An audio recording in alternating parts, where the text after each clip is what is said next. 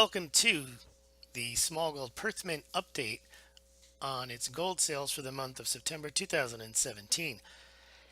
The Perth Mint sold nearly 6 times more gold in September than the U.S. Mint did.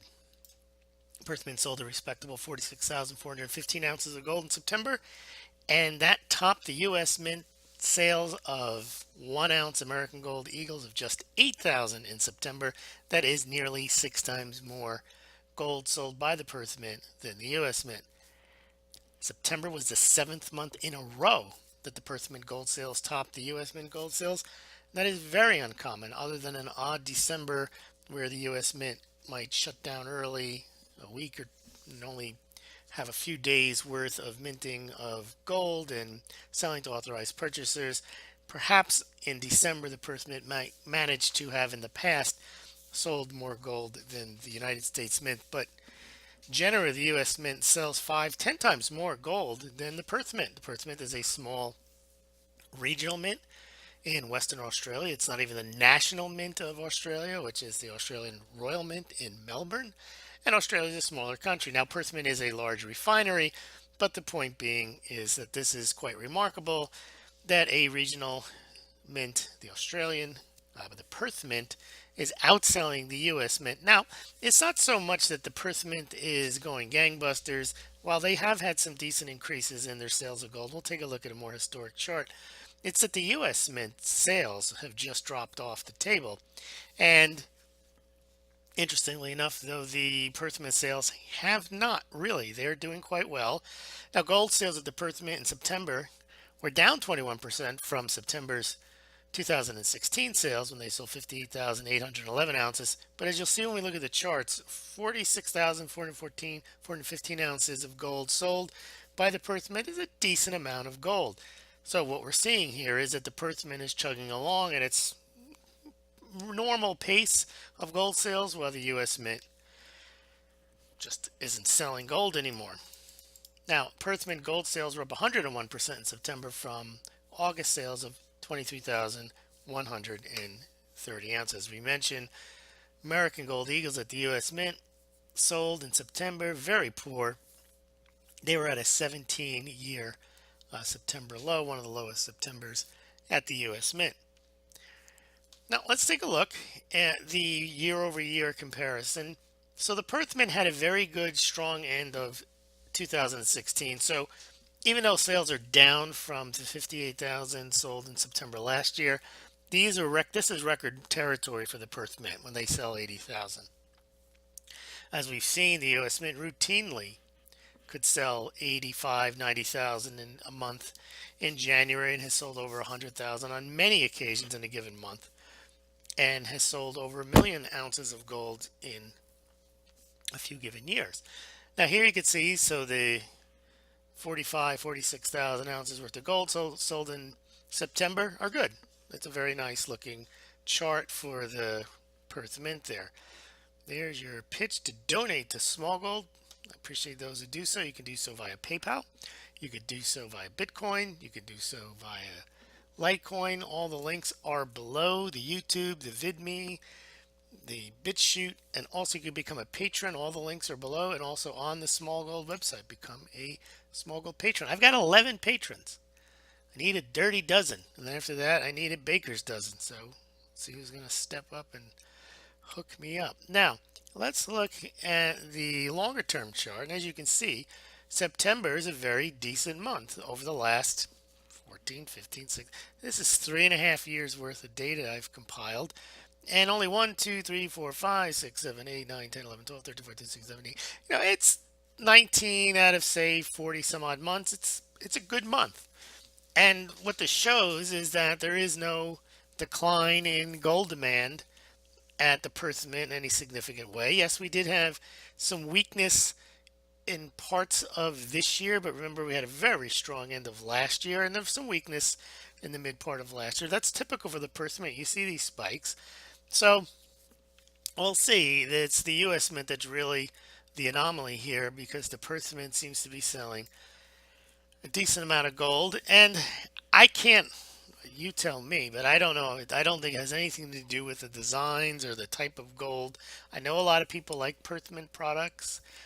but some people don't like them because they like the design, but they sometimes don't like that the queen is always on the other side. But if you're interested in Perth Mint coins, you can buy them at SD Bullion, BJSC, Money Metals Exchange. You can compare pricing and shipping. These links are below the videos, also on the Smaulgld website, and you compare pricing and shipping, not investment advice to buy gold or silver. But if you've done your research and you wish to do so, you can compare pricing and shipping, and you pay no more, no less than if you visited those sites directly. So if you do click on them and you end up buying, Smaulgld makes a small commission. That's a way of helping out the site. And they've got some nice designs. They got the Australian kangaroo.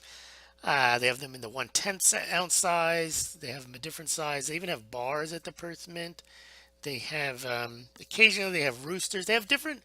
They always have something interesting going on. But the kangaroo seems to be both in the silver and the gold their standard bullion item. But they have some very interesting looking other items, and they do have bars, and they have fractional. So the Perth Mint is an interesting place to shop. And again, you can check them out at these links. Now, the Perth Mint also historically has been a gold refiner and a much more interested in selling gold, and they generally didn't sell much silver because they used to treat their silver coins the same way they treat their gold coins in the limited edition. They do the kookaburra, they do a koala, they do special edition coins. But it wasn't until September 2015 that they came out with just a standard issue bullion coin, the Australian silver kangaroo, that they started to give the U.S. Mint a run for the money. We'll see the sales dated tomorrow. You'll see how the Perth Mint did with its sales. Mostly, their biggest silver seller is the silver kangaroo, which is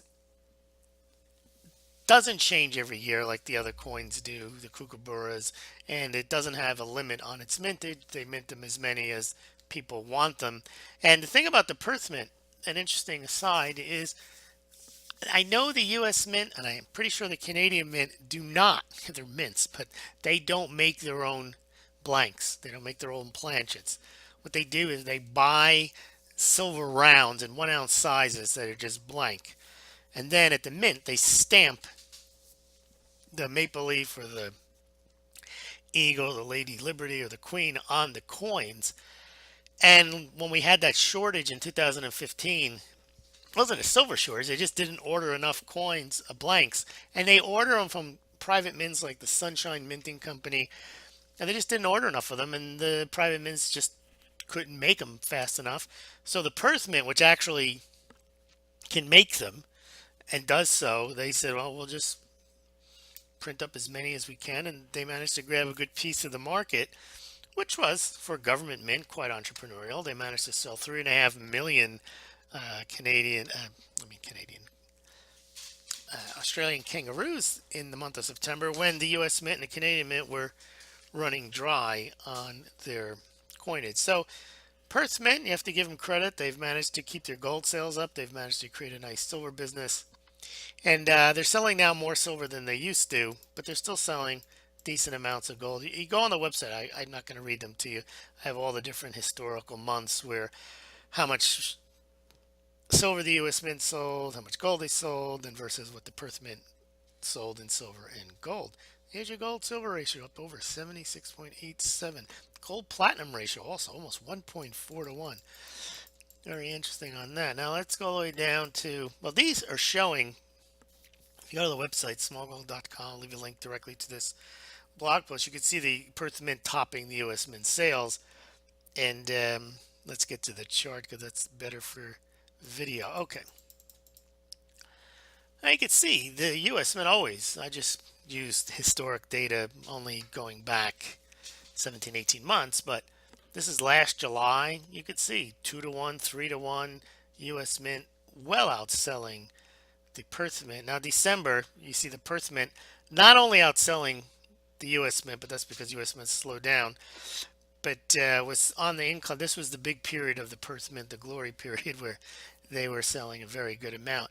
But even as you could see what happened in February, they were close, but by March, April, May, June, July, August, September, Perth Mint continued to sell its pretty much normal amounts, and the U.S. Mint went down, and they've lost. They're not the world's leading this year. Probably won't be unless they've got a big lead from January. The Perth Mint will outsell them during the year. Unless the U.S. Mint picks up October, November, December, the Perth Mint will be a bigger seller of gold than the U.S. Mint. I got to find out what's going on with Canada. I only have data through the first 6 months. I have promised to get that out. I have to do that. And we'll see where they are through the first 6 months. Maybe even the Canadian Mint will pass the U.S. Mint. Unfortunately, we can't get the July, August, and September numbers yet. I won't get those until November at the Canadian Mint. And there's your gold silver ratio.